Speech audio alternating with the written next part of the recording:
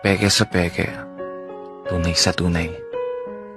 Oo, yan ang pananaw na pilit kong isinasabuhay. Sa kabila ng pagiging totoo, sa mundong taglay ang iba't ibang tao na may iba't ibang kulay. Iba't ibang tao, yung ilan may nakatagong sungay. Isang mundo na kung saan pahirapan makilala kung sino yung makakaramay o sino yung tutulak sa hukay. Well, simplihan na lang natin. Kung ayaw mo sa akin, ayaw ko din sa'yo. Kung gusto mo ako, edi gusto kita. Kung nagtitiwala ka sa akin, magtitiwala ako sa'yo. Pero kung galit ka naman, wala akong pake. Kasi hindi na tayo bata gaya ng dati na makikipaghabulan kapag ako na ang taya. Hindi na tayo mga bata na papalakat ng iyak kapag napagkakaisahan ka ng lahat na hindi ka isasali.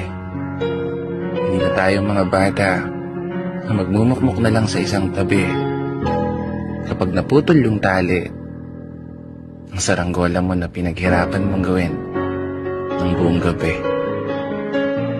Nakuha mo? Hindi na tayo mga bata magdadamdam ng sobra kapag hindi nabili ang gusto nating laruan.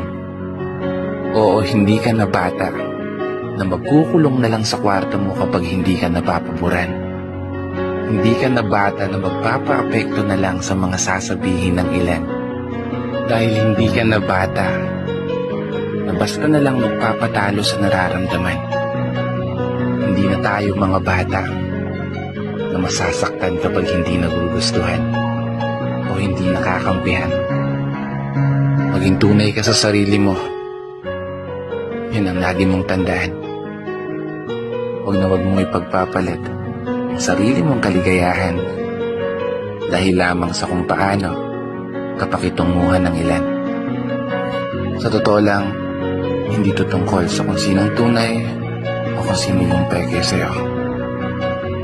Tinapik lang kita at pinaalala, hindi ka na bata.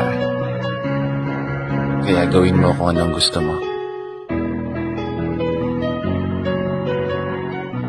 Pero bago magtapos, gusto ko muna pong magpasalamat para sa lahat ng mga tao na patuloy sumusuporta at patuloy na naniniwala. Parami na tayo ng parami. Kaya isang pagpupugay para sa lahat ng mga tao na patuloy sumasabay sa hamon ng buhay.